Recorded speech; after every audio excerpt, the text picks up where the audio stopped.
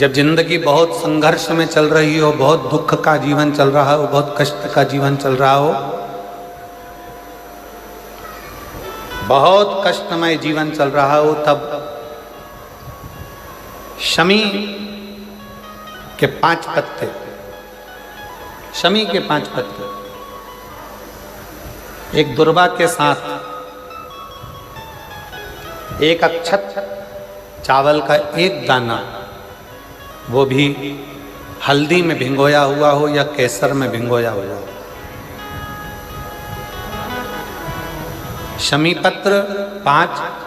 एक दुर्वा, एक चावल का दाना, जो दिल से हृदय से बेलपत्री के वृक्ष के नीचे पार्थिव लिंग का निर्माण कर कर मट्टी का शिवलिंग बनाकर प्रदोष काल में, मतलब शाम के समय पर शिवलिंग बनाकर उस पे जल चढ़ाकर, जो ये 5 शमी का पत्र, एक दुर्वा और एक चावल का दाना अपनी कामना कर कर, जो दुख चल रहा है बाबा से विनय कर कर एक एक पत्ता जब समर्पित कर दे, फिर एक दुर्वा समर्पित कर दे, फिर एक चावल का दाना समर्पित कर दे और बाबा का वहीं पर पुनः विसर्जन कर दे, 3 महीना तो जाने दो, 15 दिन के अंदर वो दुख कटता जरूर है, चाहे कोई भी दुख,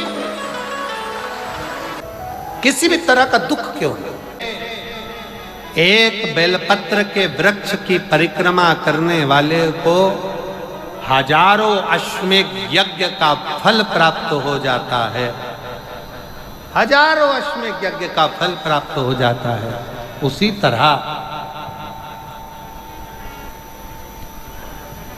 तरह एक पार्थिव लिंग का निर्माण करने वाले को, मिट्टी का शिवलिंग का निर्माण कर कर पूजन करने वालों को 12 ज्योतिर्लिंग के शिवलिंग के दर्शन का पुण्य फल प्राप्त। बहुत ध्यान लगाकर सुनिएगा। एक बेलपत्री और उस बेलपत्री में एक चंदन की बिंदी और एक अक्षत का दाना मात्र रखकर भी अगर शिवालय पर चढ़ा दी जाती है, एक बेलपत्री, एक चंदन का बिंदी, और चंदन फिर निवेदन करेंगे। आज के जमाने में तुम लोग सब घिसा घिसाया, पड़ा पड़ाया, डब्बी का सामान ले लेकर, वो नहीं, चंदन की मुठिया रखो, थोड़ा सा भी घिसो, जरा सा भी घिसो, उसकी एक बिंदी और एक चावल का दाना, जब हम भगवान देवाधिदेव महादेव को समर्पित करते हैं, अपनी कामना कर कर समर्पित करते हैं, तो निश्चितता है, महापुराण की कथा कहती है, शंकर भगवान उसका फल शीघ्र प्रदान कर देते हैं। भले आपने कुछ करा ना करा, उसका फल तुम्हें मिल जाता है। में जाना, लोटा भरकर जल समर्पित करना, और कभी तुम्हारे जीवन में अगर तुमको लग रहा है कि मैं दुखों से पीछा छूट ही नहीं रहा, तब उस जगह पर बेलपत्री के मध्य भाग में पीला चंदन, ये जो पत्ती है और ये 2 पत्ती हैं, ये बड़ी पत्ती और ये बीच की जो 2 पत्ती हैं, इसके बीच में जो डंडी का भाग रहता है, जो बीच में डंडी का जो भाग है, बड़ी पत्ती और ये 2 छोटी पत्ती के मध्य में जो डंडी का भाग है, उस डंडी के भाग में पीला चंदन और एक अक्षत पीला, शंकर भगवान को आप अगर प्रदोष काल में समर्पित कर रहे हैं, तो ये निश्चित है कि धीरे धीरे कर कर वो दुख समाप्त होगा, वो दुख कटेगा ही। प्रगत वर्णन किया गया शंकर भगवान की आराधना में, शिव की आराधना में, जब तुम्हें लगता है कि तुम्हारा व्यापार नहीं चल रहा, कोई तुम्हें धोखा दे रहा है, लक्ष्मी नहीं आ रही, बहुत चिंता में पड़े हुए हो, बहुत टेंशन में जिंदगी चल रही है, बहुत बीमारियां तुमको घेर ली है और चारों तरफ अंधेरा ही अंधेरा नजर आ रहा है, तुमने विचार करा अब मैं तो मर जाऊं तो अच्छा, मैं सुसाइड कर लूं तो अच्छा, मैं मर जाऊं तो अच्छा, तो मरने से पहले एक काम कर कर देखना, शंकर भगवान की आराधना कर कर देखना, शिव पर एक लोटा जल चढ़ा कर देखना, और ज्यादा चिंता, ज्यादा टेंशन हो तो बेलपत्री के जड़ को घिसकर उसका चंदन बनाकर शंकर को लेपन कर कर उसकी भी आराधना कर कर देखना कि बेल चंदन का फल क्या। बेलपत्र, एक बेल, ये कोई साधारण नहीं, एक बेल पत्र एक बेल, ये कोई साधारण नहीं, एक बेल। इसकी नीचे की डंडी से लेकर ये दो पत्तियां जहां लगी हैं और दो पत्ती से लेकर ये बीच की जो पत्ती है उसमें जो गैप है, उसमें जो जगह है, दिख रही है आपको? ये दो पत्ती से लेकर बीच की पत्ती के बीच में जो जगह खाली रहती है,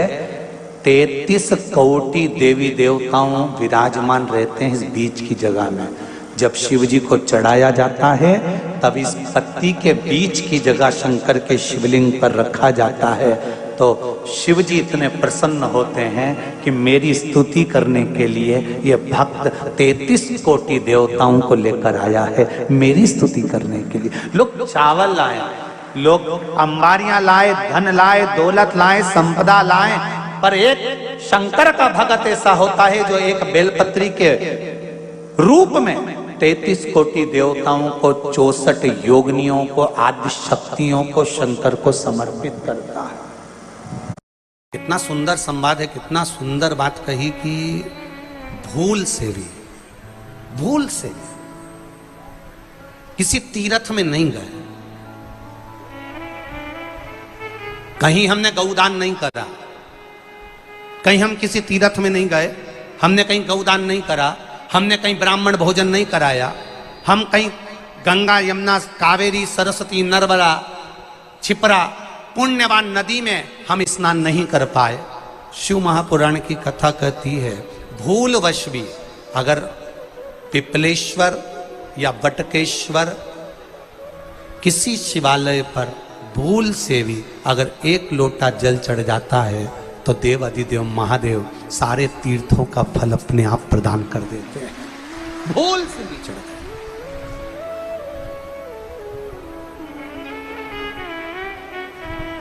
एकांतेश्वर महादेव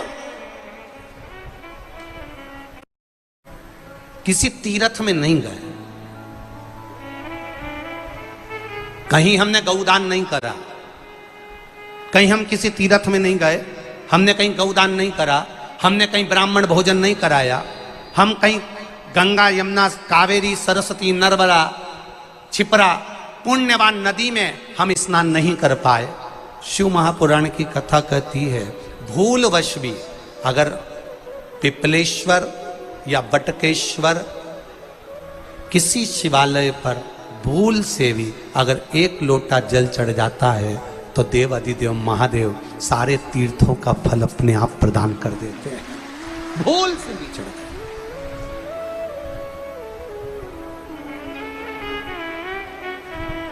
एकांतेश्वर महादेव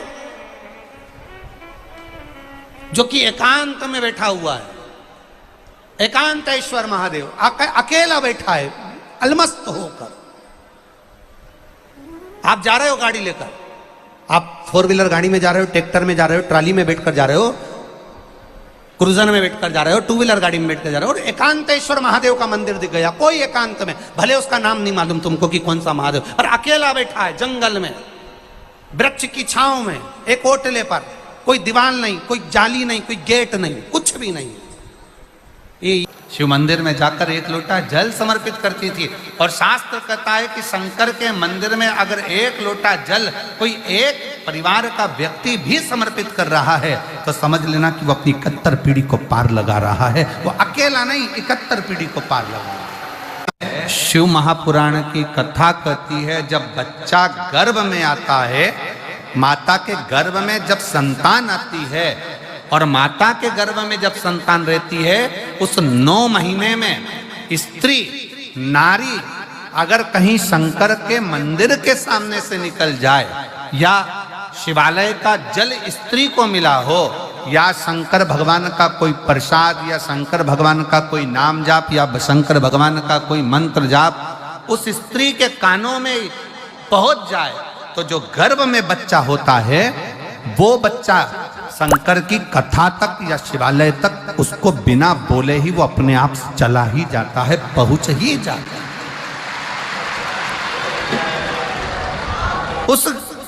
गर्भ में रहने वाले बच्चे को भगवान शंकर के मंदिर के सामने से भी कोई गर्भवती स्त्री निकल कर चली जाती है तो उसका भी फल उसको प्राप्त हो जाता है।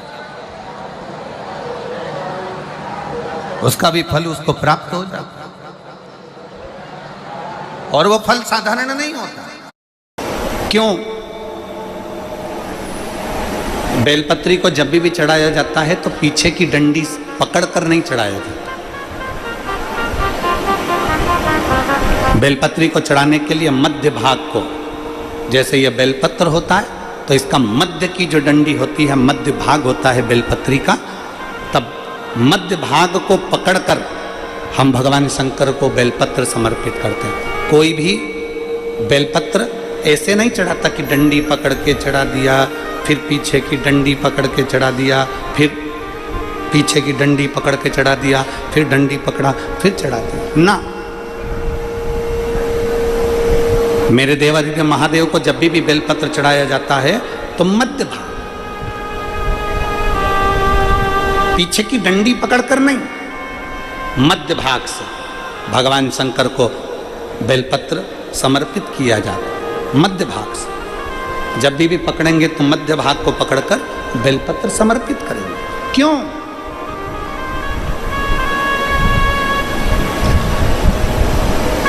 क्योंकि हमने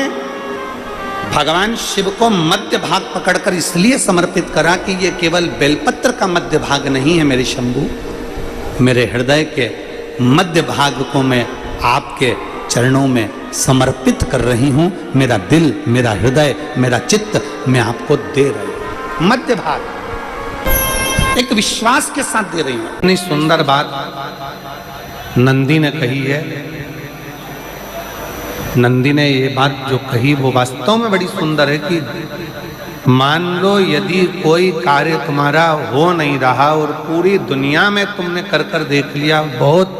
प्रयास कर कर देख लिया, तो भी वो कार्य अगर तुम्हारा नहीं होता, तो फिर एक काम करो कि शिव की स्तुति करो, शंकर की स्तुति, शंकर का गुणगान, शंकर की भक्ति, शंकर का स्मरण।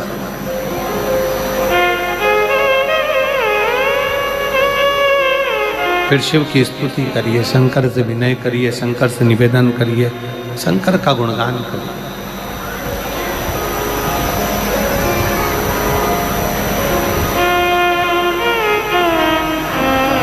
पर भगवान की भक्ति होती कब? जितने आस्था चैनल पर कथा सुन रहे हैं, जितने फेसबुक यूट्यूब पर कथा सुन रहे हैं, जितने पंडाल में बैठकर शिव भक्त कथा को रसपान कर रहे हैं, उनसे निवेदन करूंगा कि शंकर की भक्ति होती कब है, शंकर का स्मरण कब होता है, शंकर की भक्ति कब होती है, शंकर की कथा सुनने में मन कब लग सकता है? जब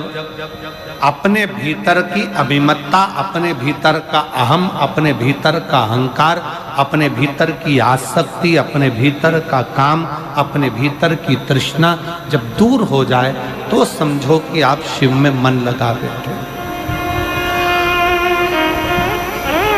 कितने सारे लोग बैठे हैं यहाँ पर कथा में, सब पंडालों के अंदर लोग शिव भक्त बैठे हुए हैं। कई लोग ऐसे भी होंगे जिनका आकर बैठ तो गए पर दिल नहीं लगता। दो जल व्यक्ति के जीवन को बदलते। कितने जल? जम के बोलो जरा। दो जल। एक देवादिदेव महादेव के लिए भरा गया